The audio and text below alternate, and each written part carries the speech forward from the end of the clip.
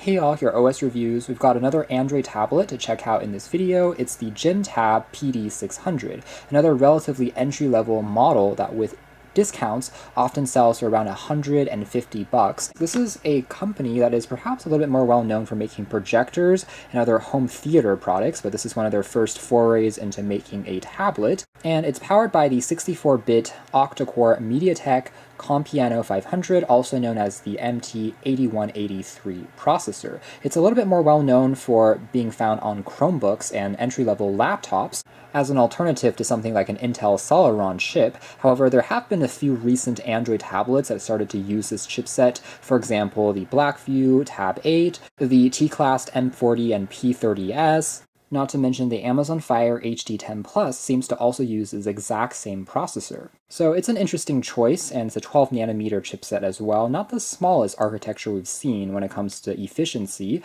but seems to be alright for a low-cost tablet when it comes to performance. It's constructed out of aluminum alloy, has a 6000 mAh capacity battery. It's very average for a 10-inch tablet these days, getting around 10 to 12 hours of screen on time for things like web browsing before you have to recharge it again, 128GB of built-in storage, which is augmented by a micro SD card slot that can support up to 1TB of additional storage, and there is 8GB of built-in RAM with additional 16GB of virtual RAM that you can use to augment the tablet with up to 24GB of RAM combined. Of course, virtual RAM isn't exactly the same thing as actual physical RAM. It's borrowing some of the ROM to simulate RAM. However, it does make the multitasking performance just feel a little bit more responsive and still pretty decent to see on a lower end tablet. Now, it is a HD plus resolution screen, which is IPS LCD. We've been seeing across a couple of lower-end tablets lately, and ideally I would really like to see full HD resolution being a minimum on a 10-inch size screen and above going forwards, but it is what it is. There's fewer pixels for the GPU to push around, and also consumes a little bit less power. Dual-band Wi-Fi and Bluetooth is on board, but there is no cellular capability on this particular model, kind of par for the course, I'd say, and weighs in around 1 pound, so it's easy enough to travel with. Now, in the box, you'll find, again, goodies including a Bluetooth keyboard, screen protector, a passive stylus, and the power supply. So a little bit more as part of this bundle compared to other lower cost tablets, although no case is included in this particular unit. There is a stereo speaker, by the way, and also built-in GPS, so you can use it for navigation. So in the box itself, we have, of course, the tablet, and then all those other accessories that we mentioned there earlier, along with the quick user guide, a microfiber cleaning cloth / wipe, and also the aforementioned passive stylus. So this is an alternative to using your finger if you're trying to do something like doodling very quickly, but it's not as precise as a real active stylus pen. And here's what the bundled Bluetooth keyboard looks like. So it's a universal accessory that also works with other tablets and phones as well, but it is constructed out of metal and has a pretty typical chiclet island layout. Relatively slim and easy to take when on the go, though it is using micro USB for charging the keyboard as opposed to USB Type-C, which is used for charging the tablet. Nice to have, but it's not specifically tailored for this tablet, in the sense it doesn't really magnetically attach onto the back, for instance. It doesn't clip onto a case, so if you're using the keyboard, you have to bring along a kickstand of your own in order to use it more comfortably. But again, this is just a extra kind of freebie, I suppose, that you get included in the box. And interestingly, you also get a USB Type-C to USB Type-A OTG adapter. This can be useful if you want to plug a thumb drive or, let's say, a wired keyboard or mouse onto the tablet. As for the tablet itself, gotta say that the construction quality is much more premium feeling than I was expecting. It is made out of a solid chunk of aluminum and has a pretty reassuring heft and density to the metal. Very cold to the touch, doesn't really flex or creak. And we've got a 13-megapixel autofocus camera on the rear with an LED flash, although the secondary lens is actually just for decoration. There is really just a primary sensor here. Doesn't actually have a ultra-wide angle or telephoto on top of that, so it is what it is. And then on the right-hand spine, you find access to the power key, as well as the volume rocker that all feel pretty tactile and clicky, made out of metal with these chamfered edges, USB Type-C port for charging and data. There's the micro SD card slot on the very top, along with the 3.5mm headphone jack, which is interestingly placed pretty much all the way to the edge of the tablet. And the very bottom here features the stereo speakers that give you pretty decent separation when you are consuming media. Last but not least, the front just features that 10.1-inch IPS LCD screen, along with the factory pre-applied screen protector and the 5-megapixel webcam here on the very top. Now, first impressions on the display would be that it offers decent-looking colors.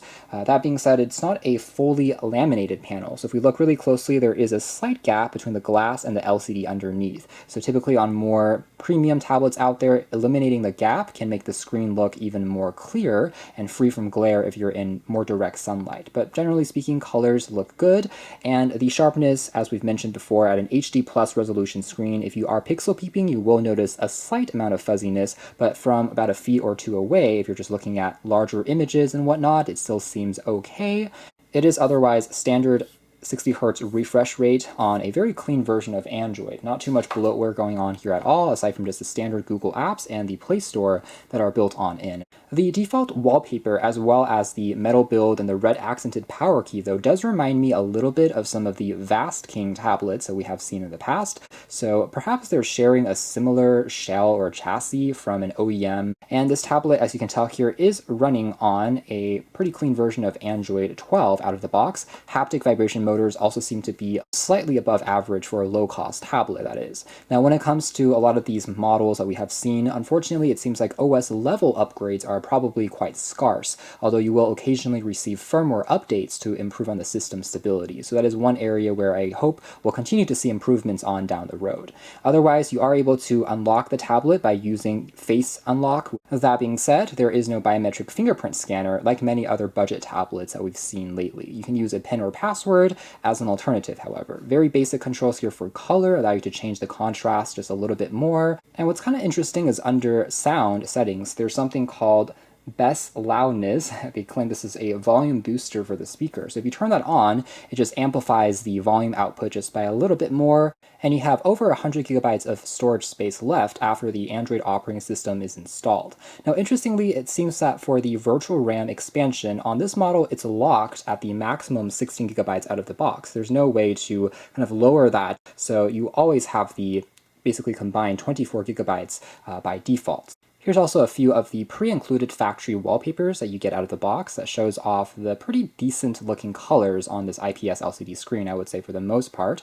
Relatively vibrant looking, and yes, you can access multitasking split screen windows as well just by using the gesture over there. So let's say I wanted to open up the browser while simultaneously doing something else like taking notes or watching a video. That is entirely possible. Now moving to a quick demo of the speakers and video playback is like on this tablet.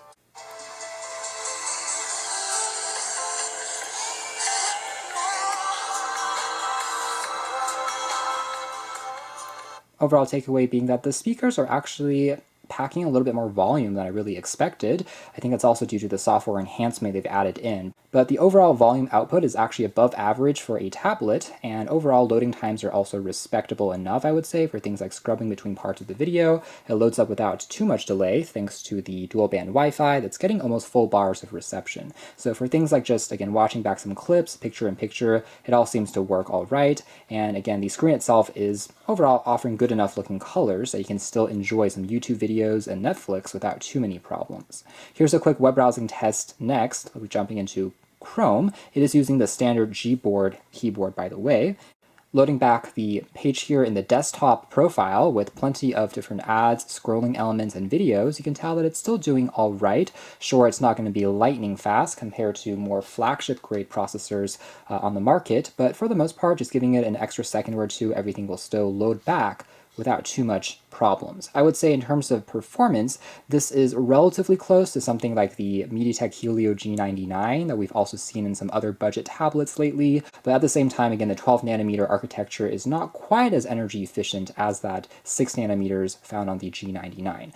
And similarly, just giving it a split second for the page to open up. Afterwards, despite it being a heavier page, things are still loading along here without too many problems for the most part. So good enough for reading back documents and web browsing. Here's a quick look at the camera performance next. At 13 megapixels, the resolution is actually a touch higher compared to the last two tablets we've seen lately, which have had a 8 megapixel and 5 megapixel sensor. It technically means you're able to just zoom in and crop a little bit more. That being said, for a tablet, I don't really expect the camera performance to be outstanding to begin with compared to on a smartphone, which is always in our pocket. As long as it's good enough to scan in documents, I think it suffices, and that's mostly the case here. The UI is very simple, and on the very top here, you're able to turn on HDR, the flash settings go into the front-facing camera, but that is basically all the options you have. You can also long hold for a couple of seconds to lock the autofocus and exposure value. There's no additional pro mode, nor will you get a ton of options here when it comes to resolution, other filters or AI effects, but overall, again, gets the basics done, including scanning and documents. If we zoom into text details, you can tell it's still clear enough, so just taking a picture of that and sharing it over email or converting it to PDF, it works well enough. Some other quick examples here. So overall, average, I would say, for a tablet camera experience. Front-facing lens is about the same as well, so if you have a bit of light around you, you should be okay for things like video conferencing purposes. And as for doing a little bit of light gaming, it is certainly possible with this chipset. Again, in terms of CPU and GPU, it is quite comparable to the G99 there, so for casual gaming titles, you really won't find too many problems here. The tablet doesn't have too much thermal throttling issues to speak of either, so I found it to be pretty consistent as I was using it for over a period around 30 to 40 minutes. Didn't really encounter any significant heat buildup or drop frames either, which is good, still remaining relatively cool during performance. That being said, if you are looking at more intensive GPU-related games, including, say, PUBG or Asphalt, you might fare better with a higher-end kind of CPU tablet, but for the most part, you can still install anything from the store without too many issues. And in similar fashion, you are able to read back any kind of PDFs as well as documents, webtoons on here relatively comfortably.